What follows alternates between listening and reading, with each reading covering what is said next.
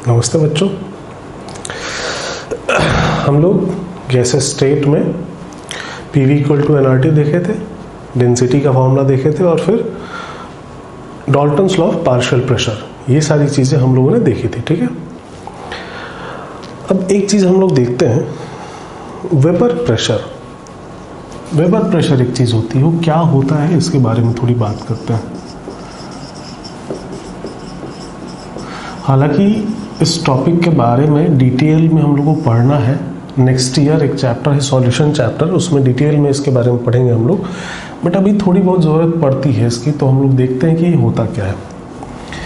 जैसे होता क्या है, कोई भी एक कंटेनर लेके, क्लोज्ड कंटेनर लेके अगर आप एक लिक्विड रखेंगे वहाँ पे, तो ये लिक्विड कुछ वेपराइज करके वेपर फेज में चला जाता है। यहाँ एयर तो रहता ही है, एयर के साथ कुछ वेपर्स भी रहते हैं इस लिक्विड के, है ना। अगर जो भी लिक्विड आपने एक्स लिक्विड रखा है, तो इस एक्स लिक्विड के वेपर, एक्स वेपर यहाँ पे प्रेजेंट होंगे, वेपर फेज में कुछ प्रेजेंट होंगे। और वेपर फेज में अगर एक्स प्रेजेंट है तो इसका कुछ प्रेशर भी होगा। वेपर फेज में अगर कोई सब्सटेंस प्रेजेंट है तो उसका कुछ प्रेशर होगा, जैसे गैस का प्रेशर होता है वैसे इसका प्रेशर होगा। तो इस वेपर का जो प्रेशर होता है उसी को हम लोग बोलते हैं वेपर प्रेशर। ठीक है, उसी को नाम दिया जाता है वेपर प्रेशर। अगर यहाँ वाटर है, अगर यहाँ वाटर हम लोग ले लेते हैं, लिक्विड वाटर ले लेते हैं, तो यहाँ वेपर में वाटर होंगे। जैसे एटमॉस्फेयर में वाटर होता है ना, यहाँ एटमॉस्फेयर में वाटर है, तो वाटर कहाँ से आया, तो वेपराइज होके आया कहीं से, है ना। इसलिए ह्यूमिडिटी होती है ना, ज़्यादा बारिश हो रही है आजकल, मतलब बारिश का मौसम है, तो जिस समय बारिश होगी तो ज़्यादा वाटर वेपराइज होंगे, तो उस टाइम ह्यूमिडिटी बढ़ जाएगी, है ना। खैर, तो कहने का मतलब ये है कि अगर आप एक लिक्विड रखते हैं तो वेपराइज करता है और यहाँ पे उसके कुछ वेपर्स प्रेजेंट हो जाते हैं, उसी को हम लोग बोलते हैं वेपर प्रेशर। इसके बारे में एक चीज़ अभी हम लोग जानेंगे कि वेपर्स सिर्फ और सिर्फ इस बात पे डिपेंड करते हैं कि टेम्परेचर कितना है। यहाँ वेपर्स कितने रहेंगे ये सिर्फ इस बात पे डिपेंड करेगा कि टेम्परेचर कितना है। टेम्परेचर जितना ज़्यादा होगा वेपर्स उतना ज़्यादा होगा, और वेपर उतना ज़्यादा होगा तो वेपर प्रेशर भी उतना ही ज़्यादा होगा। ठीक है, समझे बात क्या बोले हम। टेम्परेचर जितना ज़्यादा होगा तो वेपर्स उतने ही ज़्यादा यहाँ पे प्रेजेंट रहेंगे, तो वेपर प्रेशर उतना ही ज़्यादा होगा उस टेम्परेचर पे। ठीक है, वेपर्स पे हम लोग PV is equal to nRT लगा सकते हैं। वेपर्स पे हम लोग PV is equal to nRT लगा सकते हैं, लेकिन वेपर पे आप ये काम नहीं करेंगे कि P1/T1 is equal to P2/T2। ये काम वेपर्स के साथ नहीं होता है। ठीक है, या ये काम V1/T1 is equal to V2/T2, ये काम भी वेपर्स के साथ नहीं होगा। वेपर्स पे हम लोग PV is equal to nRT लगाएंगे, वेपर्स पे हम लोग PV is equal to nRT लगाएंगे, बट ये काम नहीं करेंगे हम लोग उसके साथ। इसका रीज़न मैं अभी नहीं बता रहा हूँ क्यों नहीं करेंगे, इसके बारे में जब डिटेल में हम लोग पढ़ेंगे नेक्स्ट ईयर, तब फिर समझ में आ जाएगा कि ये काम क्यों नहीं कर सकते। क्योंकि टेम्परेचर के साथ इस तरीके से वैरी नहीं करता, टेम्परेचर के साथ कुछ और वेरिएशन होता है। ठीक है, तो वो हम लोग को पढ़ना है नेक्स्ट ईयर पढ़ेंगे, तब फिर वो क्लियर होगा। अभी ध्यान क्या रखना है कि हम लोग वेपर्स पे सिर्फ क्या अप्लाई करेंगे, PV is equal to nRT। इसके अलावा बॉयल्स लॉ, चार्ल्स लॉ, ये सब हम लोग अप्लाई नहीं करेंगे। ठीक है ना।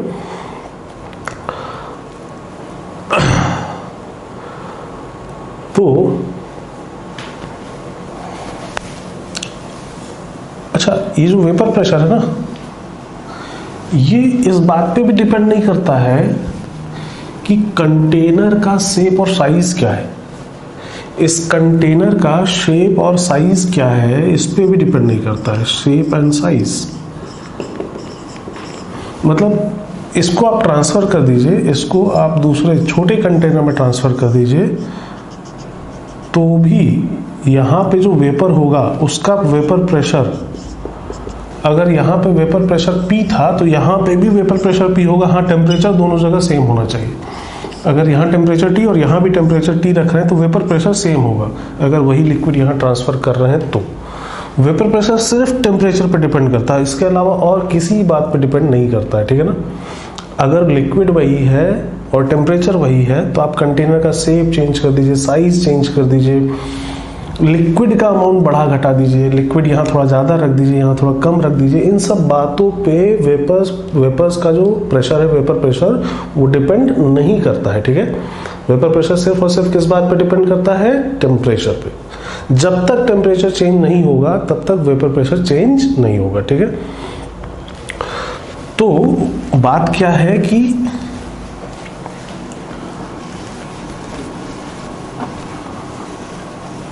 जैसे सपोज करिए यहाँ वाटर है। ठीक है, वाटर को आपने लिक्विड फेज में रखा, वेपराइज हुआ, वाटर के वेपर्स भी यहाँ प्रेजेंट होंगे तो यहाँ पे एयर तो था ही प्लस कुछ वेपर भी है, तो यहाँ का जो टोटल प्रेशर होगा वो क्या होगा? Pressure of air plus pressure of vapour, मतलब वेपर प्रेशर नहीं, एयर का प्रेशर प्लस वेपर प्रेशर, यहाँ का टोटल प्रेशर होगा। पार्शियल प्रेशर अलग अलग चीज़ों का ऐड करेंगे तो हमें टोटल प्रेशर मिलेगा।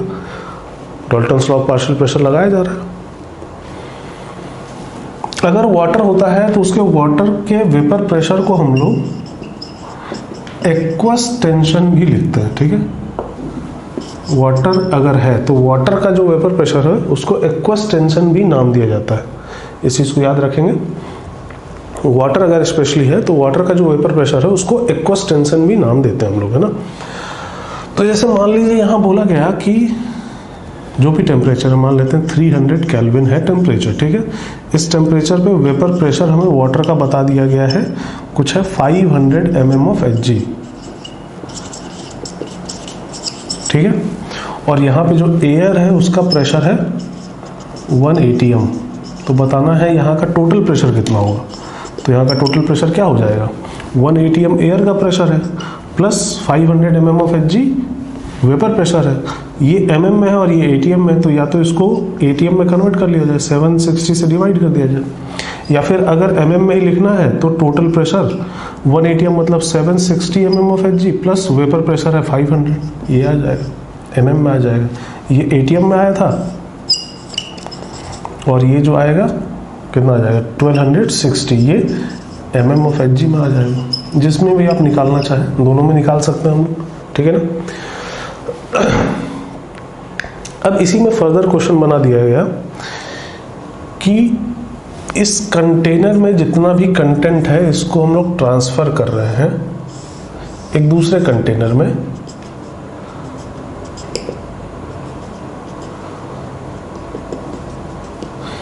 इस कंटेनर का वॉल्यूम 10 लीटर था और इस कंटेनर का वॉल्यूम 5 लीटर है। तो बताइए यहाँ पे टोटल प्रेशर कितना होगा? अगर कंटेनर का हम लोग वॉल्यूम चेंज कर दें तो प्रेशर कितना होगा ये बताना। टेम्परेचर हम लोग चेंज नहीं कर रहे हैं, टेम्परेचर पहले भी 300 केल्विन था, अभी भी हम लोग कितना रख रहे हैं? तो 300 केल्विन ही रख रहे हैं। ठीक है, टेम्परेचर 300 का 300 ही है। ठीक है ना, सारा कंटेंट यहाँ से निकाल के हमने उस कंटेनर में ट्रांसफर कर दिया है। तो यहाँ टोटल प्रेशर कितना होगा? तो P1V1 is equal to P2V2 लगेगा, क्योंकि कंटेंट हमने पूरा ट्रांसफर किया, मोल तो चेंज हुए नहीं है गैस के। ये जो लिक्विड है इसका वॉल्यूम बोला गया है कि आप मानिए नेग्लिजिबल है, लिक्विड का वॉल्यूम। ठीक है, लिक्विड का जो वॉल्यूम है कंटेनर के रिस्पेक्ट में नेग्लिजिबल है, यहाँ भी और यहाँ भी। ठीक है ना, जो 5 लीटर है वो आप गैस का वॉल्यूम मान सकते हैं, या यहाँ जो 10 लीटर है वो आप गैस का वॉल्यूम मान सकते हैं। तो हम लोग यहाँ पे लगाएंगे क्या? P1V1 is equal to P2V2, क्योंकि नंबर ऑफ मोल्स और टेम्परेचर चेंज नहीं हो रहा है। हाँ, बट इसको किस पे लगाएंगे? तो इसको एयर पे लगाएंगे, क्योंकि वेपर का प्रेशर चेंज नहीं होगा। वेपर का प्रेशर कब चेंज होता है? जब टेम्परेचर चेंज होता है, और टेम्परेचर हम लोग चेंज कर नहीं रहे। वो 300 केल्विन पहले भी था, बाद में भी कितना है? 300 केल्विन। तो इस बात को दिमाग में घुसा लीजिए कि टेम्परेचर अगर चेंज नहीं हुआ है तो वेपर प्रेशर भी चेंज नहीं होगा। ठीक है, तो P1V1 इक्वल टू P2V2 किस पे लगेगा? तो एयर पे लगेगा, जिसका प्रेशर पहले कितना था? 1 atm। अब बाद में कितना हो जाएगा? निकाल लिया जाए। 1 atm पहले था, वॉल्यूम पहले था 10 लीटर, बाद में प्रेशर कितना होगा ये निकालना है। बाद में वॉल्यूम हो गया 5 लीटर, तो बाद का P2 कितना हो जाएगा? तो 2 atm हो जाएगा। हाँ, यहाँ का टोटल प्रेशर बताना हमें, तो टोटल प्रेशर क्या होगा? एयर का प्रेशर प्लस वेपर प्रेशर, और वेपर प्रेशर कितना है? तो जितना यहाँ था उतना ही रहेगा, क्योंकि टेम्परेचर चेंज नहीं हुआ है। यहाँ कितना था 500 mm ऑफ Hg, तो वहाँ भी कितना होगा 500 mm ऑफ Hg। और वहाँ एयर का प्रेशर 2 atm मतलब 760 इंटू 2, ये एयर का प्रेशर हो गया, प्लस इसमें कर देते हैं 500, मतलब कितना हो जाएगा, ये हो गया 1520 प्लस 500 मतलब 2020 mm ऑफ Hg। ये हो गया यहाँ का टोटल प्रेशर। समझ में आ रही है बात? तो वेपर्स के साथ ये चीज़ें हैं। अब इसमें आपको जो भी नोट करना हो अपने अकॉर्डिंग नोट करिए, वीडियो को पॉज कर लीजिए और नोट करिए, है ना।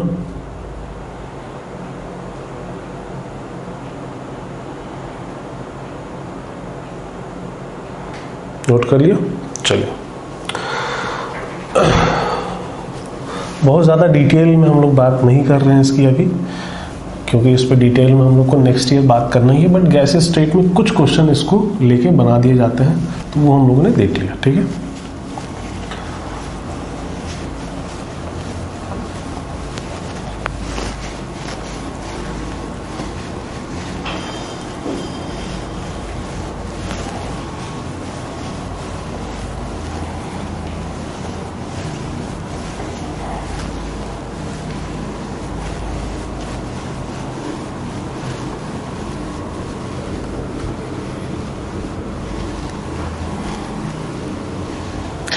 एक चीज़ और मैं बताना चाहता हूँ नेक्स्ट टॉपिक से आने से पहले। हम लोग ये चीज़ देख रहे थे ना कि अगर कोई लिक्विड हम लोग रख देते हैं, कोई लिक्विड हम लोग रख देते हैं जिसकी हाइट h हो, तो ये प्रेशर अप्लाई करता है जिसकी वैल्यू h रो g के बराबर होती है ना, देखे थे हम लोग ये।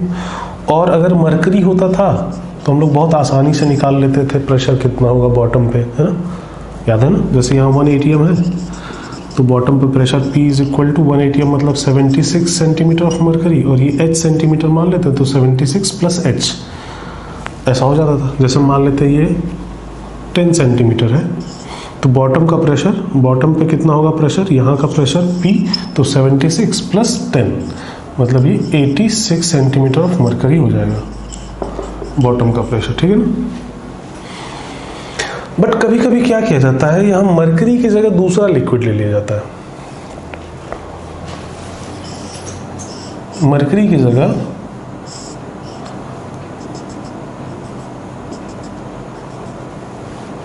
की जगह कोई दूसरा लिक्विड ले लिए, वाटर ले लिए, कुछ भी इस तरीके से ले लिए। जैसे वाटर ही मान लेते हैं, वाटर लिक्विड रख दिएगा जिसकी हाइट कुछ मान लेते हैं 20 सेंटीमीटर है, तो बताना यहाँ बॉटम का प्रेशर कितना होगा। और वाटर की density of water is equal to 1 gram per ml, and density of mercury ये बताया गया है 13.6 ग्राम पर ml। ये मैंने बोला भी था कि याद रख सकते हैं इसको। तो बॉटम का प्रेशर कितना होगा ये हमें बताना है, ठीक है। बाहर 1 atm, ऊपर 1 atm प्रेशर है। तो अब यहाँ पे मरकरी तो है नहीं कि डायरेक्टली हम लोग 76 में वो हाइट ऐड कर दें, मरकरी तो है नहीं। तो मरकरी नहीं है तो क्या करेंगे अब, तो मरकरी नहीं है, हमें किससे मतलब है, प्रेशर से। यहाँ प्रेशर कितना है 1 atm प्लस ये वाटर जितना प्रेशर अप्लाई कर रहा है वो यहाँ का बॉटम का प्रेशर होगा। हम एक काम करते हैं, जितना प्रेशर ये वाटर अप्लाई कर रहा है उतना ही प्रेशर कितना मरकरी कॉलम अप्लाई करेगा ये निकालने की कोशिश करते हैं। मतलब समझ में आ रही बात, ये वाटर का कॉलम है, ये प्रेशर अप्लाई कर रहा है, जितना प्रेशर ये अप्लाई कर रहा है उतना ही प्रेशर इसके जगह कितना कॉलम मरकरी का रखें कि सेम प्रेशर अप्लाई करे, ये हम कोशिश करते हैं निकालने की। जो प्रेशर ये अप्लाई कर रहा है वही प्रेशर मरकरी भी अप्लाई कर रहा है। हाँ, बस मरकरी की हाइट कुछ डिफरेंट होगी। वाटर की हाइट कितनी है तो 20 सेंटीमीटर कॉलम हम लोग रखे हैं वाटर का, मरकरी का कुछ h हाइट रखते हैं, जिससे कि प्रेशर ये जो लिक्विड अप्लाई कर रहा है वो सेम हो। बाहर तो 1 atm है ही, ये जो लिक्विड यहाँ प्रेशर अप्लाई कर रहा है और वाटर यहाँ जो अप्लाई कर रहा है वो दोनों सेम है। यहाँ पे लिक्विड कौन सा है तो मरकरी। लिक्विड कितना प्रेशर अप्लाई करता है तो h रो जी, तो जितना यहाँ वाटर के लिए h रो जी है उतना ही यहाँ मरकरी के लिए h रो जी हो जाए, तो दोनों सेम प्रेशर अप्लाई करेंगे, है ना। मतलब H1 रो1 G1 यहाँ के लिए जो H1 रो1 G1 है वो यहाँ के लिए H2 रो2 G2 हो जाए तो प्रेशर सेम हो जाएगा। और G1 G2 तो सेम ही होगा ना, G की वैल्यू तो सेम ही होगी, मतलब H1 rho one is equal to क्या हो जाए, H2 रो 2, क्योंकि G और G कैंसिल हो गया। H1 क्या है यहाँ पे, वाटर की हाइट कितनी है 20 सेंटीमीटर और वाटर की डेंसिटी कितनी है तो 1। अब हमें हाइट कैलकुलेट करना मरकरी का, और मरकरी की डेंसिटी कितनी है तो 13.6 है। तो कितना हाइट मरकरी का रखा जाए तो 20/13.6 सेंटीमीटर में आ गया। मतलब ये जो H है, इस H की वैल्यू क्या हो जाए तो 20/13.6 सेंटीमीटर। इतना कॉलम अगर मरकरी का रख देंगे तो सेम प्रेशर एग्जर्ट करेगा जितना ये 20 सेंटीमीटर कॉलम वाटर का एग्जर्ट कर रहा था, ठीक है। तो प्रेशर के पॉइंट ऑफ व्यू से हमारे लिए दोनों जगह सेम चीज हो गई, सेम कंडीशन हो गई। जितना प्रेशर यहाँ पे है सेम प्रेशर यहाँ पे है, तो यहाँ का प्रेशर अब हम लोग इजीली निकाल सकते हैं। बाहर 180 है मतलब 76 सेंटीमीटर है, प्लस इसके वजह से कितना, तो ये 20/13.6 सेंटीमीटर ऑफ मरकरी है, डायरेक्टली आ गया। या फिर आप यहां से निकालते, इस चीज को अप्लाई करते, P is equal to 1 ATM plus H rho G, इससे भी कैलकुलेट कर सकते हैं यहाँ कितना प्रेशर, बट इसके लिए यूनिट आपको ध्यान में रखना पड़ेगा, है ना। ये ATM में है तो इससे भी जो प्रेशर आए वो ATM में आए। अब आप SI यूनिट्स में रखेंगे तो पास्कल में आएगा, उसको फिर ATM में कन्वर्ट करें। ये सब काम या तो करें तब फिर यहाँ से आएगा, या फिर इसको रिप्लेस कर देते हैं हम लोग मरकरी से। कोई भी लिक्विड रखा हो उसको, दूसरा अगर लिक्विड रखा है मरकरी के अलावा कोई, तो उसको हम लोग रिप्लेस करेंगे मरकरी से कुछ इस तरीके से कि जितना प्रेशर ये लिक्विड लगाएगा उतना ही प्रेशर ये मरकरी लगाए। और इसके लिए जरूरी क्या है, H1 rho 1 is equal to H2 rho 2 हो जाए। तो इसको, इस लिक्विड को रिप्लेस कर देंगे हम लोग मरकरी से, तो मरकरी का कितना हाइट रखना चाहिए आ जाएगा। और मरकरी के टर्म्स में अगर हाइट आ गया तब फिर प्रेशर हम लोग बहुत आसानी से निकाल सकते हैं, नहीं। तो इस पे बेस्ड भी क्वेश्चन बनाए जाते हैं। तो वीडियो आप पॉज करें और इसमें भी जो नोट करना है वो आप नोट करें। नोट कर लिया, चलिए अब हम लोग आते हैं अपने नेक्स्ट टॉपिक पे। हमारा नेक्स्ट टॉपिक है Graham's law of effusion and diffusion.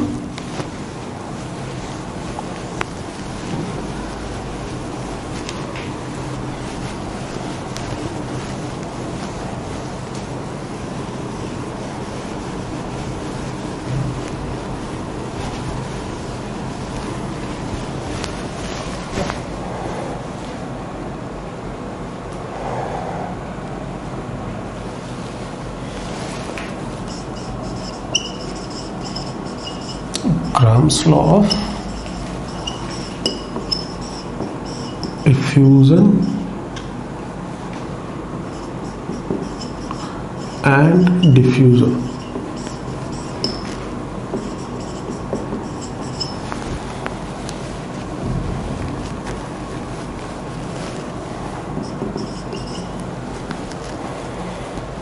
Effusion and diffusion. तो ग्राहम्स लॉ क्या है ये देखने से पहले ये देखते हैं कि इफ्यूजन और डिफ्यूजन क्या होता है। डिफ्यूजन मतलब जैसे कंटेनर है, यहाँ पे एक बैरियर लगा हुआ है, इधर कुछ गैस मॉलिक्यूल इस तरीके के हैं और इधर कुछ इस तरीके के गैस मॉलिक्यूल हैं, ठीक है, डॉट डॉट वाले हैं, और इधर हॉलो वाले मान लेते हैं इस तरीके के, ठीक है। तो अगर आप ये बैरियर हटा देंगे तो दोनों गैसेस मिक्स होंगे, ये वाला गैस पूरे में फैलेगा, ये वाला गैस भी पूरे में फैलेगा। तो ये जो प्रोसेस होगा बैरियर हटाने के बाद गैस मॉलिक्यूल्स का पूरा इधर आ जाना, ये जो मॉलिक्यूल्स हैं कुछ उधर भी चले जाएंगे, हर जगह फैल जाएंगे, और ये जो मॉलिक्यूल्स हैं ये वाले भी इधर आ जाएंगे। तो इस प्रोसेस को हम लोग बोलते हैं डिफ्यूज़न। इस प्रोसेस को नाम दिया जाता है डिफ्यूज़न। किसी बैरियर के थ्रू मॉलिक्यूल्स का मूवमेंट, ये होता है डिफ्यूजन। बड़े एरिया के थ्रू होता है वो, है ना। यहाँ एक बड़ा सा एरिया हमने हटा दिया तो वहाँ से मॉलिक्यूल्स निकल के दूसरे जगह जा रहे हैं, इस प्रोसेस को हम लोग बोलते हैं डिफ्यूजन। और इफ्यूजन का मतलब क्या होता है, जैसे कंटेनर है, कंटेनर में हमने एक होल कर दिया, और होल जो करते हैं हम लोग बहुत ही छोटा सा होल करते हैं, ठीक है, बहुत ही छोटा सा। तो अगर होल नहीं था और मान लेते हैं यहाँ हमने कोई गैस रखी है जिसके मॉलिक्यूल्स हैं ये, तो ये मॉलिक्यूल्स पहले कंटेनर के अंदर है। अब जब हमने इसमें छोटा सा होल कर दिया, प्रिंक मतलब होता नहीं, एक बहुत ही छोटा सा होल, ठीक है, तो ये जो मॉलिक्यूल्स है ये इस होल से बाहर निकलेंगे, ठीक है। तो ये जो प्रोसेस है किसी होल से मॉलिक्यूल्स का बाहर निकलना, ये प्रोसेस कहलाता है इफ्यूजन। हाँ, वो होल छोटा होना चाहिए, काफ़ी छोटा होल होना चाहिए, ठीक है। तो ये प्रोसेस कहलाता है इफ्यूजन। तो दोनों में बेसिक डिफरेंस बहुत बड़ा नहीं है, छोटा सा डिफरेंस है। डिफ्यूज़न क्या होता है, एक बड़े से एरिया से मॉलिक्यूल्स एक जगह से दूसरी जगह जा रहे होते हैं। और डिफ्यूज़न इफ्यूज़न क्या होता है, ये डिफ्यूज़न है, ये इफ्यूज़न है। इफ्यूज़न क्या होता है, एक बहुत ही छोटे से पिन होल से, पिन होल है ना, ऐसा समझिए, पिन होल से मॉलिक्यूल्स निकल रहे हैं, इसको हम लोग कहते हैं इफ्यूज़न, ठीक है। तो इनसे रिलेटेड कुछ बातें हम लोग को करनी है।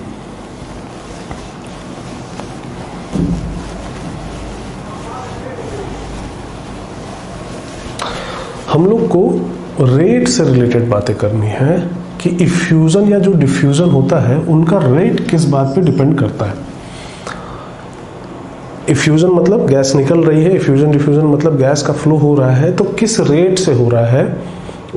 रेट मतलब कितने टाइम में कितना गैस निकला, है ना। रेट, किसी भी रेट का मतलब क्या होता है, टाइम के साथ चेंज। तो रेट ऑफ इफ्यूजन मतलब कितने टाइम में कितनी गैस निकली, है ना। तो जो रेट है वो किस बात पे डिपेंड करता है, ये हमें देखना है। तो इन्होंने ऐसा बोला कि रेट इज प्रोपोर्शनल टू 1/स्क्वायर root of density. Rate is proportional to 1/स्क्वायर root of density of gas. Gas की डेंसिटी जितनी ज्यादा होगी उसका रेट ऑफ इफ्यूजन या डिफ्यूजन भी उतना ही ज्यादा होगा, ये उन्होंने बोला, ठीक है।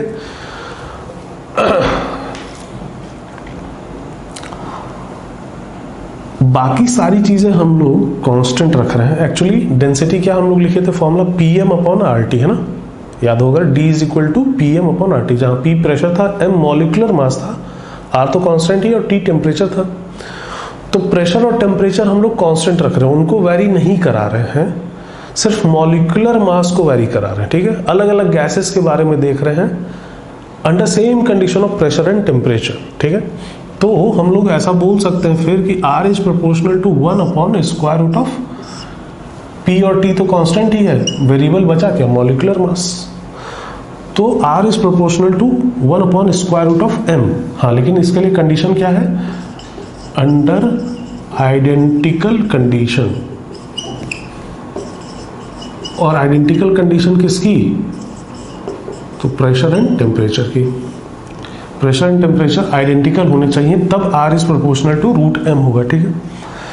तो सपोज करिए कंटेनर में हम लोग दो अलग अलग गैस रख दें, गैस 1 रख दें और गैस 2 रख दें, और यहाँ पे एक पिन होल कर दें। अब इससे हमें कंपेयर करना है rate of gas 1 and rate of gas 2 में क्या रेशियो है।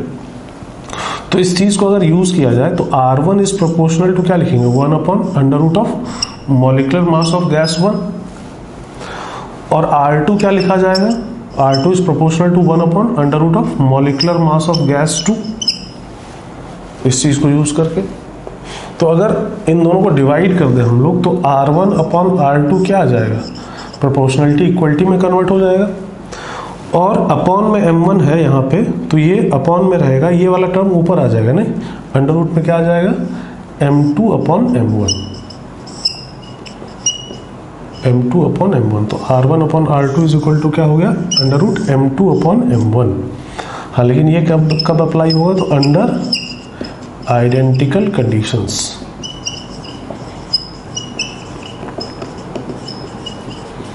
आइडेंटिकल कंडीशन किस चीज की, प्रेशर और टेम्परेचर की, ठीक है।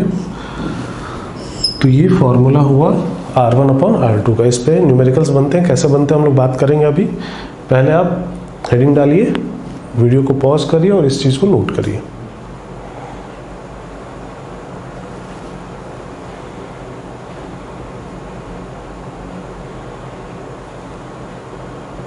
नोट कर लिया, चलिए।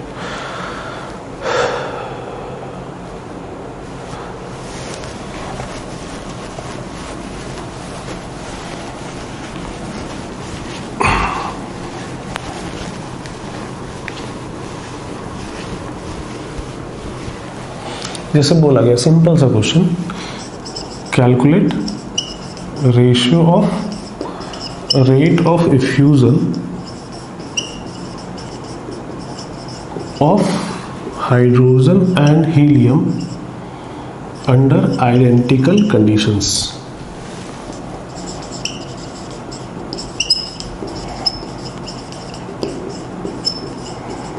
सिंपल सा क्वेश्चन है, निकाल लीजिए जल्दी से वीडियो को पॉज करके।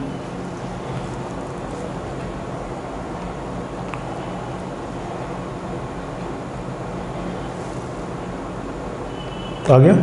चलिए, वही जो फॉर्मूला अभी हमने लिखा था वही लगाना है यहाँ पे। R of hydrogen upon R of helium is equal to क्या होगा, R1 upon R2 is equal to under root M2 upon M1। मतलब इसका वाला मॉलिक्यूलर मास ऊपर चला जाता है, तो ये मॉलिक्यूलर मास हीलियम का ऊपर आ जाएगा upon molecular mass of hydrogen. और ये मॉलिक्यूलर मासेस तो हमें पता ही है, हीलियम का कितना होता है तो 4 और हाइड्रोजन का कितना होता है 2, तो ये आ जाएगा √2। ठीक है, ये हमारा आंसर आ गया। तो सिंपल से इस तरह के क्वेश्चन भी बनाए जाते हैं, और भी कुछ क्वेश्चन बनाए जाते हैं, तो अब हम लोग उसकी तरफ बढ़ते हैं। इसको नोट करना हो तो नोट कर लीजिए। नोट कर लिया? चलिए,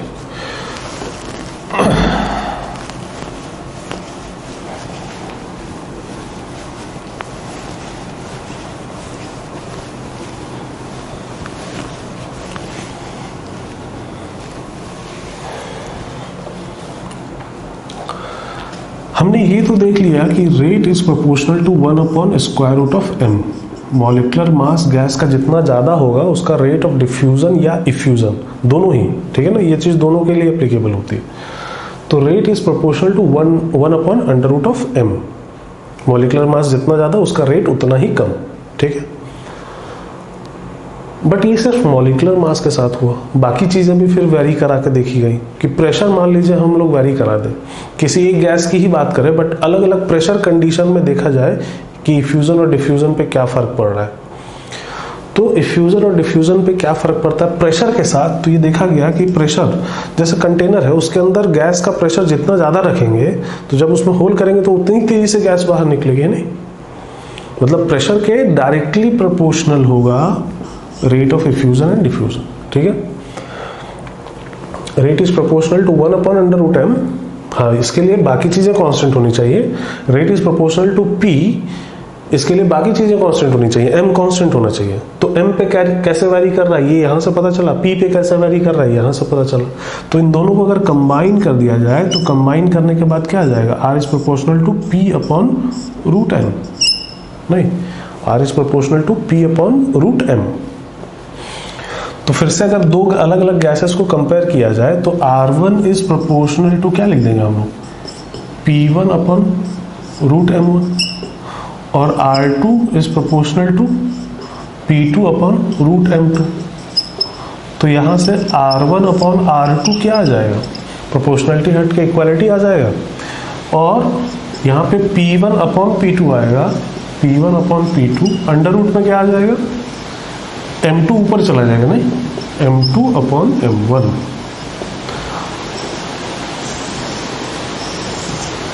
समझ में आ रही बात। R1 upon R2 is equal to P1 upon P2 under root M2 upon M1। P1 क्या है, गैस 1 का प्रेशर, P2 क्या है, गैस 2 का प्रेशर। और गैस 2 का प्रेशर बोले इससे अच्छा बोलते partial pressure of gas 2। P1 क्या है, पार्शियल प्रेशर ऑफ गैस 1। जो दो गैसेस वहां से इफ्यूज या डिफ्यूज हो रही हैं उनके पार्शियल प्रेशर अगर डिफरेंट होंगे तो ये फॉर्मूला अप्लाई होगा। अगर उनके पार्शियल प्रेशर सेम होंगे तब फिर कौन सा फॉर्मूला अप्लाई होगा, R1 upon R2 is equal to under root M2 upon M1। अब बात ये है कि पता कैसे चलेगा पार्शियल प्रेशर सेम है डिफरेंट है। जैसे पिछला क्वेश्चन हम लोग किए तो उसमें क्वेश्चन में लिख दिया गया था under identical conditions. Identical condition में हम लोग प्रेशर को भी आइडेंटिकल मानेंगे, बट हो सकता है कि क्वेश्चन में कुछ ऐसे इंफॉर्मेशन दे दी जाए जिससे हमें पता चले कि प्रेशर सेम नहीं है, प्रेशर डिफरेंट है। और अगर प्रेशर डिफरेंट है तो जो रेशियो है प्रेशर का वो भी यहाँ पे आएगा। हाँ, इस फॉर्मूले के लिए टेम्परेचर शुड बी कांस्टेंट, दोनों गैस का टेम्परेचर सेम होना चाहिए, ठीक है ना।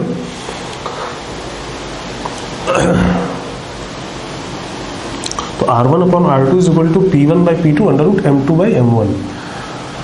ये प्रेशर और मॉलिक्यूलर मास जब डिफरेंट होगा तब ये फॉर्मूला अप्लाई करेंगे हम लोग। तो चलिए वीडियो को पॉज करिए, इसको भी नोट करिए और फिर हम लोग एक क्वेश्चन देखते हैं इस पर कैसा बनेगा।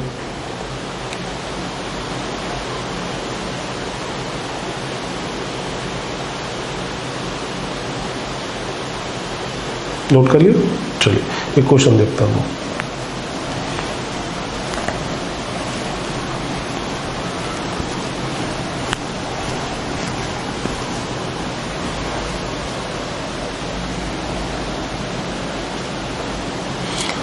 बोला गया है कि helium and oxygen are present in a container in 1:2 mass ratio. Calculate ratio of their rate of effusion. ऐसा बोला गया। हीलियम और ऑक्सीजन ये दो गैस है और ये किस मास रेशियो में प्रेजेंट है ये हमें बता दिया गया। 1:2 मास रेशियो में प्रेजेंट है। बोला गया उनका रेशियो कैलकुलेट करिए रेट ऑफ इफ्यूजन का। ठीक है, तो यहाँ पे कंडीशन सेम है, आइडेंटिकल है प्रेशर की या डिफरेंट है, कैसे पता चलेगा? प्रेशर की कंडीशन मतलब दोनों का पार्शियल प्रेशर सेम है या डिफरेंट है, कैसे पता चलेगा? तो पार्शियल प्रेशर को याद करिए। पार्शियल प्रेशर में मैं क्या बताया था कि जिस मोल रेशियो में गैसेस प्रेजेंट होती हैं उसी रेशियो में उनका पार्शियल प्रेशर होता है। ये मैं बताया था आप लोगों को, है ना। P1/P2 is equal to N1/N2, अगर याद हो तो मैं ऐसा लिखा था, है ना। तो मोल रेशियो हम लोग निकाल लेते हैं। अगर मोल रेशियो 1 आ गया तो इसका मतलब प्रेशर सेम है, अगर मोल रेशियो डिफरेंट आ गया इसका मतलब प्रेशर डिफरेंट है। हम लोग मोल रेशियो क्यों निकाल रहे हैं? ये पता लगाने के लिए कि आइडेंटिकल कंडीशन है प्रेशर की या नहीं है ना। तो मोल रेशियो निकालते हैं, N of helium upon N of oxygen. 1:2 mass ratio, तो मान लेते हैं 1 ग्राम हीलियम का है तो 1/4 डिवाइडेड बाई 2/32 ऐसा हो जाएगा ना। तो ये क्या हो गया 2/32 मतलब 1/16। 1/4 डिवाइडेड बाई 1/16 मतलब 16/4, तो ये 4 आ गया। रेशियो मोल का 4 आ जा रहा है, इसका मतलब मोल रेशियो डिफरेंट है, 1 नहीं है। मोल रेशियो अगर डिफरेंट है तो इसका मतलब प्रेशर भी डिफरेंट होगा। हीलियम और ऑक्सीजन के पार्शियल प्रेशर यहाँ डिफरेंट है। किस रेशियो में है? तो मैं बताया था कि पार्शियल प्रेशर का रेशियो मोल्स के ही रेशियो में होता है, ऐसा मैं बताया था, है ना। तो मतलब हमें पार्शियल प्रेशर का रेशियो पता चल गया 4:1। 4 मतलब 4:1। और अगर पार्शियल प्रेशर डिफरेंट है तो फिर हमारा फॉर्मूला क्या लगेगा? R1/R2 वाला फॉर्मूला क्या लिखेंगे हम लोग? P1/P2 आएगा या नहीं आएगा? तो आएगा, क्योंकि प्रेशर डिफरेंट है। तो ये फॉर्मूला हम लोग यहाँ पे क्या लिखेंगे? P1/P2 √M2/M1। मतलब यहाँ हमें हीलियम और ऑक्सीजन के लिए अप्लाई करना है, तो ये आ जाएगा pressure of helium upon pressure of oxygen, under root में मॉलिक्यूलर मास ऑफ ऑक्सीजन ऊपर आएगा upon molecular mass of helium आएगा। चलिए वैल्यूज रख दी जाए, तो R of helium upon R of oxygen is equal to pressure of helium upon pressure of oxygen. ये हम लोग निकाल चुके हैं, नहीं मोल रेशियो निकाले, उसी से हमें प्रेशर का रेशियो पता चल गया।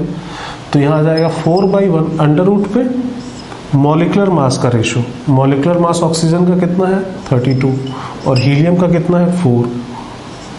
तो ये हो गया 8, तो ये 2√2 हो जाएगा। 2 बाहर आके 4 से मल्टीप्लाई हो गए 8 हो जाएगा। R of helium upon R of oxygen ये हो जाएगा 8√2। ये हमारा आंसर हो गया, है ना। समझे बात? इस तरह के क्वेश्चन बनाए जाते हैं, नोट कर लीजिए इसको भी।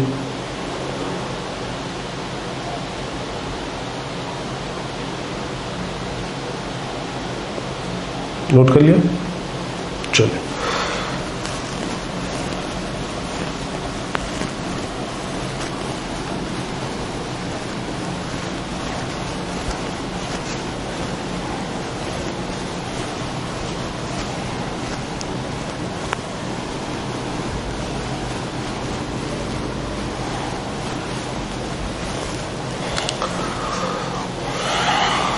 सपोज करिए कि यहाँ पे कोई एक गैस रखी, सपोज करिए हीलियम रखा है ना।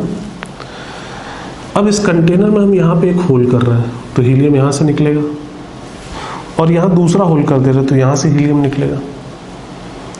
और ये जो होल हमने किया है इसका साइज हमने डिफरेंट रख दिया है, इसका साइज हम लोग डिफरेंट कर दे रहे हैं। तो साइज अगर डिफरेंट कर दे रहे हैं, किसी का एरिया बड़ा है किसी का एरिया छोटा है, तो एरिया अगर ज़्यादा मिलेगा निकलने के लिए तो ज़्यादा गैस बाहर निकलेगी ना, नहीं, ये बात तो समझ में आ रही होगी। जितना ज़्यादा एरिया हम देंगे गैस को निकलने के लिए उतनी ज़्यादा गैस बाहर निकलेगी। तो रेट, अब ये भी हमें पता चल रहा है किस पे डिपेंड करेगा, एरिया, जिस एरिया से वो निकल रहा है, एरिया ऑफ क्रॉस सेक्शन, ठीक है। मतलब R is also proportional to area. हाँ, बाकी चीज़ें कांस्टेंट होनी चाहिए, प्रेशर सेम होना चाहिए, गैस सेम होनी चाहिए। तो R is proportional to area, और R is proportional to P तो होता ही है, R is proportional to 1/√m तो होता ही है, ये हम लोग ने देखा ही है। तीनों को कंबाइन कर देंगे तो R is proportional to P into A divided by √m। और यहाँ से अगर R1/R2 लिखना चाहे तो R1/R2 क्या हो जाएगा, P1/P2 इंटू A1/A2 √m2/m1, ऐसा हो जाएगा ना। तो एरिया को वैरी करा देंगे तो ऐसा इक्वेशन आ जाएगा हमारे पास। तो क्वेश्चन टू क्वेश्चन डिपेंड करता है क्या चीज़ें वो वैरी करा रहे हैं, क्या वो कांस्टेंट रख रहे हैं ना। अगर एरिया भी वैरी करा दिया जाए तो ऐसा आ जाएगा कुछ। वीडियो को पॉज करिए, इसको नोट करिए।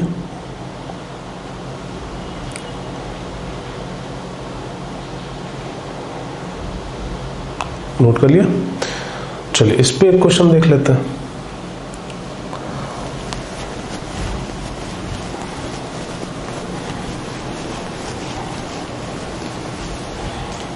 जैसा ऐसा क्वेश्चन बोला गया है कि ऑक्सीजन है, दो अलग अलग होल से वो इफ्यूज आउट हो रहा है, दो अलग अलग होल से। एक स्क्वायर होल है और एक सर्कुलर होल है। इन दोनों होल से ऑक्सीजन ही डिफ्यूज हो रहा है या इफ्यूज हो रहा है, इन दोनों होल से ऑक्सीजन ही इफ्यूज आउट हो रहा है at same temperature and pressure, ठीक है। मतलब गैस सेम है, टेम्परेचर सेम है, प्रेशर सेम है, सिर्फ वैरी क्या करा रहे हैं हम लोग, एरिया। और एक जगह स्क्वायर होल और दूसरी जगह सर्कुलर होल। और ये होल कुछ इस तरीके से हैं कि इसका जो एज लेंथ है, इसका जो एज लेंथ है और इसका जो रेडियस है ये आपस में इक्वल है, ऐसा बोला गया। तो बताना है rate of effusion of oxygen from first upon rate of effusion of oxygen from second, first hole and second hole, इन दोनों का रेशो क्या होगा। ऑक्सीजन के लिए ही बताना है फर्स्ट होल और सेकेंड होल से इफ्यूजन का रेट का रेशियो। इन दोनों होल्स के बारे में बता दिया गया है कि ये स्क्वायर होल है और इसका जो एज लेंथ L है वो इस सर्कुलर होल के रेडियस के बराबर है। तो अगर ये फॉर्मूला अप्लाई करें हम लोग तो प्रेशर सेम बता दिया गया, P1/P2 सेम हो गया, और ऑक्सीजन के ही बारे में बात कर रहे हैं तो M2/M1 भी सेम हो गया। तो क्या होगा, area of 1 upon area of 2, यही तो बचेगा। एरिया ऑफ 1 क्या लिखेंगे आप, L² लिखेंगे, और एरिया ऑफ 2 क्या लिखेंगे, πr² लिखेंगे। वो स्क्वायर है तो L² हो जाएगा उसका एरिया, और ये सर्कुलर है तो πr² हो जाएगा। तो R of O2 from 1 first hole, R of O2 upon second hole, इसका रेशियो L² अपॉन πr²। अच्छा, L इक्वल्स टू R है तो यहाँ पे अगर L की जगह R रख दिया जाए तो R² upon πr², R² upon πr², R² cancel, ये 1:π हो गया। समझे बात। तो इस तरीके से क्वेश्चंस बनाए जा रहे हैं, वैरी करा के, अलग अलग चीज़ों को वैरी करा के, ठीक है। चलिए इसको भी नोट करिए वहाँ पे। इस क्वेश्चन को अपने वर्ड्स में फ्रेम कर लीजिएगा, है ना, इनको अपने वर्ड्स में फ्रेम करके क्वेश्चन बना लीजिएगा और ये सॉल्यूशन लिख लीजिएगा। वीडियो को पॉज करके नोट करिए। नोट कर लिया। चलिए अब एक लास्ट चीज बची है, टेम्परेचर। तो टेम्परेचर के साथ थोड़ा सा दिक्कत वाली चीज होती है।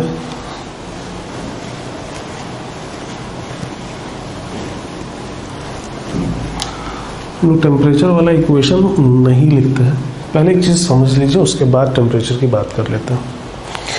जैसे यहाँ कंटेनर से कोई गैस निकल रही है ना, खोल किया हमने, इससे कोई गैस निकल रही है, ठीक है। तो इसका रेट मतलब क्या, रेट ऑफ इफ्यूजन मतलब क्या।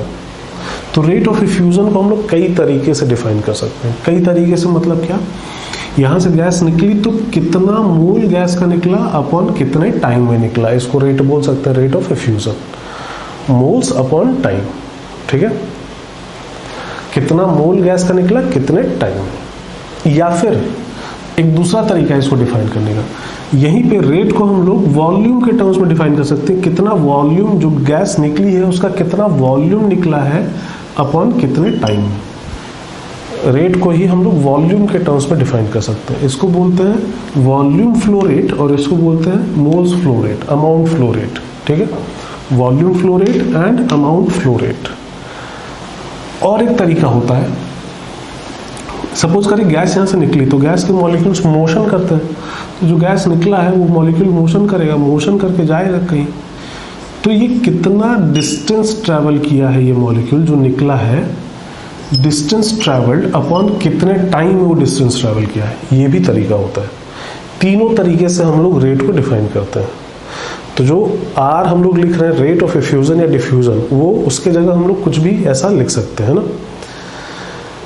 इसको यूज करके क्वेश्चन बनाए जाते हैं।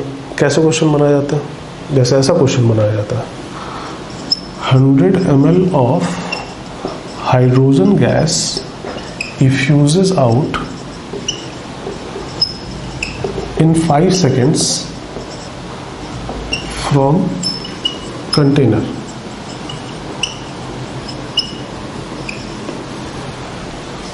Calculate volume of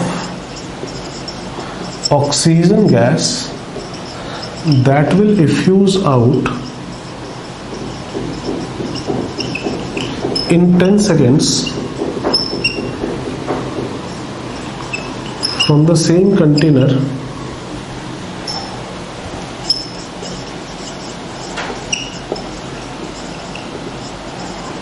under identical conditions.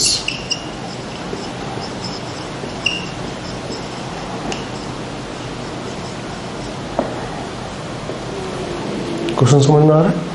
उन्हें किसी कंटेनर में कोई होल है जिससे हाइड्रोजन गैस का 100 ml निकल रहा है 5 सेकंड में, तो उसी कंटेनर से उसी होल से ऑक्सीजन गैस का कितना वॉल्यूम निकलेगा 10 सेकेंड में अंडर आइडेंटिकल कंडीशंस। तो ये आइडेंटिकल कंडीशंस किस चीज की बात हो रही है, किस चीज का कंडीशन आइडेंटिकल है, तो प्रेशर और टेम्परेचर और एरिया का, है ना। ये अज्यूम्ड हो जाएगा यहाँ से, अगर ऐसा बोल दिया गया तो ऐसा अज्यूम्ड हो जाएगा कि प्रेशर सेम है, टेम्परेचर सेम है, एरिया सेम है ना। तो यहाँ पे फॉर्मूला क्या लगेगा, तो R of hydrogen upon R of oxygen is equal to under root of molecular weight of oxygen upon molecular weight of hydrogen, ऐसा लगेगा। आर ऑफ हाइड्रोजन आप क्या लिखेंगे, आर ऑफ हाइड्रोजन इसका वॉल्यूम हमें पता है 100 ml अपॉन कितना टाइम लगा इसको फ्यूज होने में 5 सेकेंड, तो ये आर ऑफ हाइड्रोजन हो गया।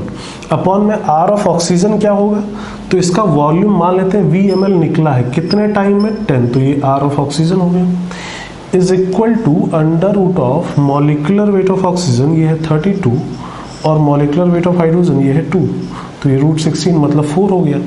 और यहाँ से कैलकुलेट करके फिर वॉल्यूम आ जाएगा, नहीं ये क्या हो जाएगा 100/5 into 10/V is equal to 4, तो यहाँ से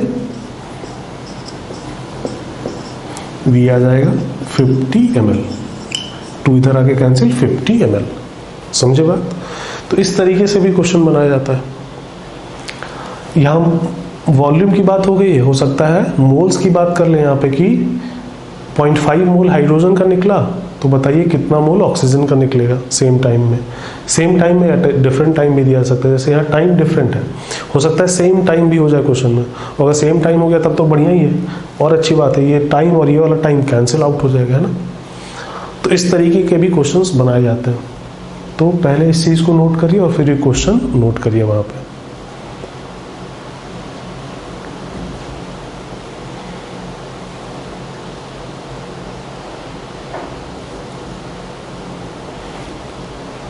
नोट किया, चलिए एक क्वेश्चन और हम लोग देखते हैं।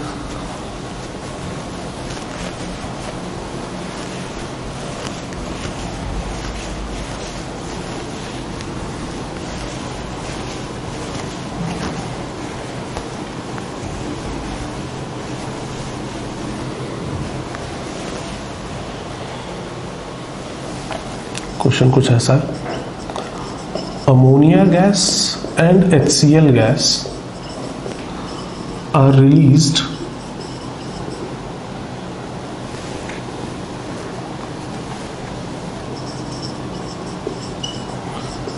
from the two ends of a 100 centimeter long test tube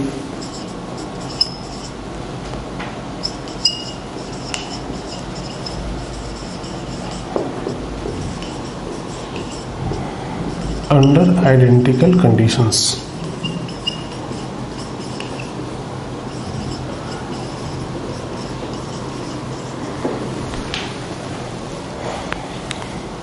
Calculate the distance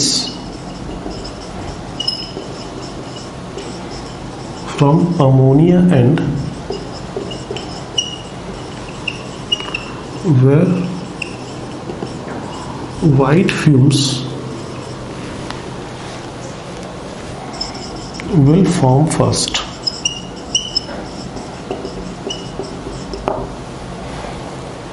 ऐसा क्वेश्चन मैं समझाता हूँ। बोला कि एक 100 सेंटीमीटर लॉन्ग टेस्ट ट्यूब है, इस टेस्ट ट्यूब की लेंथ हमें बता दी गई 100 सेंटीमीटर।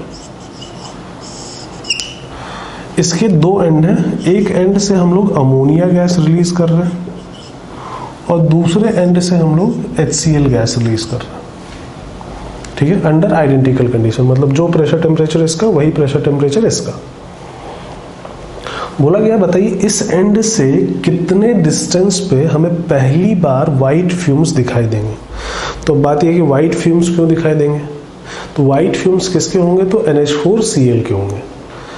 NH4Cl के वाइट फ्यूम्स होते हैं, तो जहां पे पहली बार NH4Cl बनेगा वहां पे वाइट फ्यूम्स हमें पहली बार दिखाई देंगे। जहां पे NH4Cl पहली बार बनेगा, NH4Cl क्यों बनेगा, तो अमोनिया और HCl मिलके NH4Cl बनाएंगे।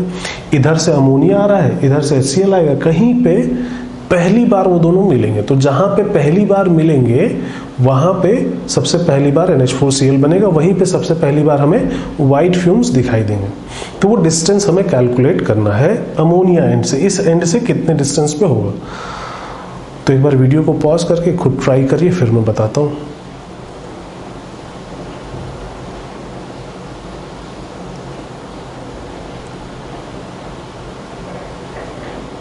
आया आंसर आया? चलिए हम लोग देखते हैं कैसे इसको हम लोग सॉल्व करेंगे।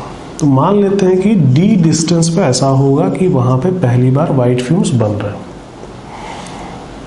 D डिस्टेंस पे, ठीक है। सबसे पहली बार वाइट फ्यूम्स बन रहे हैं, मतलब होगा क्या, अमोनिया ट्रैवल करते हुए आ रहा है, इधर आ रहा है, पूरे में अमोनिया इधर है, और HCl इधर से ट्रैवल करते हुए आ रहा है, पूरे में इधर HCl है। तो जहाँ पे अमोनिया और HCl के मॉलिक्यूल पहली बार मिलेंगे यहाँ पे फिर वाइट फ्यूम्स बनेगा। फिर अमोनिया इधर चला जाएगा और इधर HCl है तो इधर भी वाइट फ्यूम्स बनने लगेंगे, और HCl इधर आ जाएगा, इधर अमोनिया था ही तो इधर भी वाइट फ्यूम्स बनने लगेंगे। मतलब वाइट फ्यूम पहली बार यहाँ बनेगा और फिर धीरे धीरे पूरे में फैलने लगेगा, नहीं ऐसा होने लगेगा। तो कहाँ पे पहली बार बन रहा है वो हमें निकालना है। तो हम मान रहे हैं कि यहाँ से D डिस्टेंस पे ऐसा हो रहा होगा, मतलब जितने टाइम में अमोनिया D डिस्टेंस ट्रैवल करके यहाँ पहुंचा, सेम उतने ही टाइम में HCl 100 - D डिस्टेंस ट्रैवल करके यहाँ पहुंचा होगा, क्योंकि अगर ये टोटल 100 है और ये D है तो ये 100 - D होगा। सेम टाइम में यहाँ पे दोनों पहुंचने चाहिए। अमोनिया D डिस्टेंस अगर ट्रैवल कर रहा है तो HCl 100 - D डिस्टेंस ट्रैवल करेगा, क्योंकि सेम टाइम पे अगर नहीं पहुंचेंगे तो वाइट फ्यूम्स नहीं बनेगा। अमोनिया पहले पहुंच गया, HCl नहीं पहुंचा है तो वाइट फ्यूम नहीं बनेगा। HCl पहुंच गया, अमोनिया नहीं पहुंचा है तो वाइट फ्यूम नहीं बनेगा। तो जहां पे पहला उन दोनों का इंटरसेक्शन होगा, जहां पहली बार मिलेंगे वहीं पे वाइट फ्यूम्स पहली बार बनेगा। उसके बाद फिर यहाँ से इधर और यहाँ से इधर भी बनने लगेंगे, है ना। खैर, तो इसके लिए फिर हम लोग लगाते हैं R of ammonia upon R of HCl। Condition हमें आइडेंटिकल बोली ही गई है, तो इसकी वैल्यू किसके बराबर हो जाएगी, तो under root of molecular weight of HCl upon molecular weight of ammonia. R of ammonia क्या लिखेंगे, तो D डिस्टेंस इसने ट्रैवल किया है कितने टाइम में, तो मान लेते हैं T टाइम में। आर ऑफ HCl क्या लिखा जाएगा, तो इसने कितना डिस्टेंस ट्रैवल किया 100 माइनस डी, कितने टाइम में, तो सेम टाइम टी में, है ना। सेम टाइम में ये चीज़ होनी चाहिए कि जब ये अमोनिया यहाँ पहुँचे तो उसी टाइम HCl भी पहुँचे, है ना। तो is equal to under root of molecular weight HCl का हमें पता ही है 36.5 और अमोनिया का 17 होता ही है। ये T और T कैंसिल हो जाएगा, इसको सॉल्व करके कैलकुलेशन होगा थोड़ा, यहाँ पे ये वैल्यू 2 से थोड़ी ज़्यादा है। क्वेश्चन में हालांकि ऐसा नहीं आएगा, एग्जाम में इतना ज़्यादा कैलकुलेशन नहीं आना चाहिए, तो कैलकुलेट करके यहाँ से D की वैल्यू हम लोग निकाल सकते हैं। ये D अपॉन 100 माइनस डी हो जाएगा। इसको कैलकुलेट करके फिर D की वैल्यू निकाल लेंगे, तो हमें ये पता चल जाएगा कि कितने डिस्टेंस पे पहली बार वाइट फ्यूम्स बन रहे हैं ना। चलिए तो वीडियो को पॉज करके इसको भी नोट कर लीजिए वहाँ पे।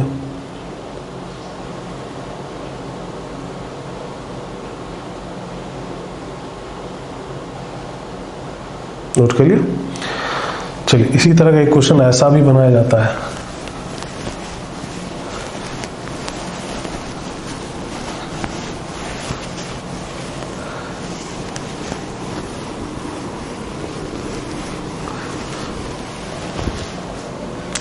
जैसे सपोज करिए हमने 100 लोगों को इस तरीके से एक लाइन में बैठा दिया, यहाँ पे, यहाँ से लेके यहाँ तक 100 पीपल आर सिटिंग, 100 लोग बैठे हुए हैं, ठीक है।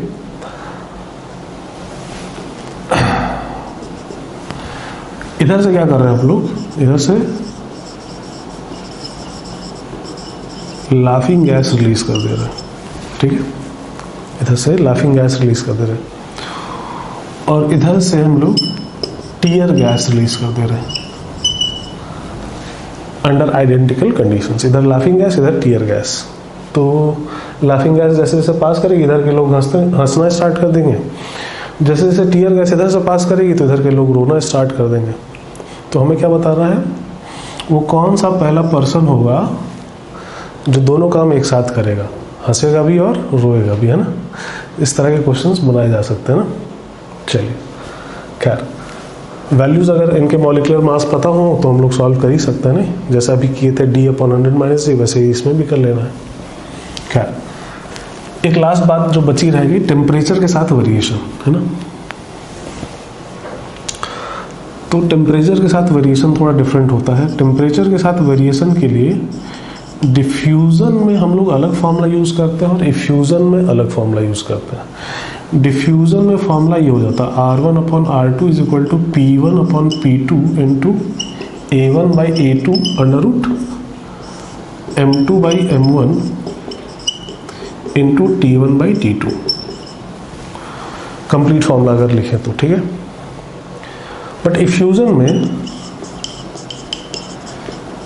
में थोड़ा डिफरेंट होता है। क्यों होता है ये मत पूछिएगा, बस जान लीजिए ऐसा होता है ना। वहाँ पे R1 upon R2 is equal to, एक बार तो यही फॉर्मूला यूज हो जाएगा, P1 upon P2 into A1 by A2 under root M2 upon M1 into T1 by T2। ये कब यूज होगा, तो वॉल्यूम फ्लो रेट में यूज होगा। मतलब R को आप V बाई टी लिख रहे होंगे तब ये यूज़ होगा। ये जो R है इसको V बाई टी लिख रहे होंगे तब यूज़ होगा। वही R1 upon R2 is equal to P1 upon P2 into A1 by A2 into under root of M2 upon M1 into T2 upon T1। उल्टा हो जाता है ये तब जब आप मोल फ्लो रेट लिखें, अमाउंट फ्लो रेट। मतलब R को आप क्या लिख रहे होंगे, N अपॉन V, तब ये फॉर्मूला यूज होता है। तो इस वजह से टेम्परेचर के साथ क्वेश्चन नहीं बनाए जाते हैं जनरली, है ना। टेम्परेचर के साथ हमें क्वेश्चन नहीं दिया जाता, अभी तक नहीं देखा गया है कभी क्वेश्चन, क्योंकि थोड़ा सा कंट्रोवर्शियल है ये, है ना। एक जगह अलग चीज़ यूज हो रही है, एक जगह अलग चीज़ यूज हो रही है। बाकी हर जगह इफ्यूजन डिफ्यूजन के लिए सेम फॉर्मूला हम लोग यूज कर रहे हैं, बट यहाँ पे थोड़ा सा डिफरेंट हो जाता है। क्यों डिफरेंट हो जाता है इसकी बात हम लोग को नहीं करनी है। हालांकि बात इसकी भी नहीं करनी थी, क्योंकि टेम्परेचर से रिलेटेड आज तक कोई क्वेश्चन नहीं आया, नहीं आएगा, बट फिर भी हम लोगों ने कर ली।